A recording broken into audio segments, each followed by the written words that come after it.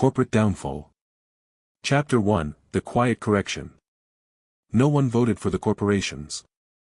That was the lie they told in history feeds, how governments evolved into efficiency, how borders dissolved into logistics, how profit became stability. In reality, governments didn't fall. They were bought, stripped for parts, and quietly archived behind paywalls no one could afford to access. By the time humanity reached the outer rings of the solar system, citizenship had been replaced with subscription tiers. Air cost credits. Water cost loyalty. Gravity cost debt. And debt was infinite. Elias Crow didn't look like a revolutionary. He lived in a maintenance spindle bolted to the shadow side of Ceres Station, a place where sunlight was rationed and silence came free. He wore the same gray utility jacket as everyone else who fixed what corporations refused to replace. That was the point. People who blend and get ignored. Ignored people get access. At 2:17 station time, Elias slid a cracked data wafer into a port that hadn't been updated in 40 years. The terminal flickered, complained, then surrendered. Old systems always did. Corporations loved innovation, but they hated maintenance.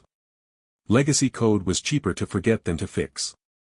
Lines of financial architecture unfolded across the screen, corporate revenue streams braided through labor contracts, oxygen credits, food allotments, medical delays.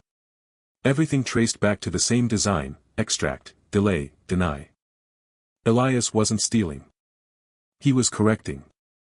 With a few keystrokes, he rerouted micropayments, fractions of credit siphoned from automated profit skimmers that shaved workers' wages before they ever saw them. The corporations would never notice.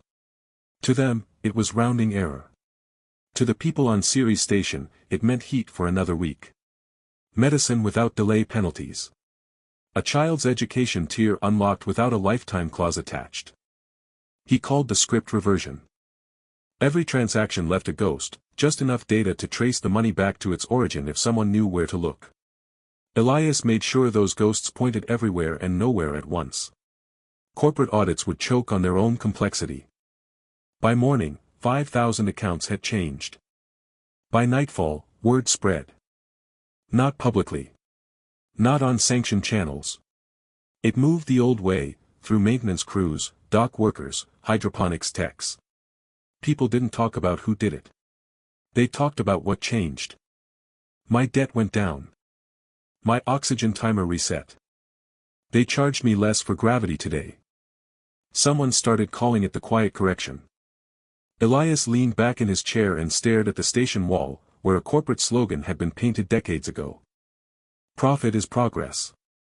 He smiled and whispered to the empty room. Let's see how well you budget without us.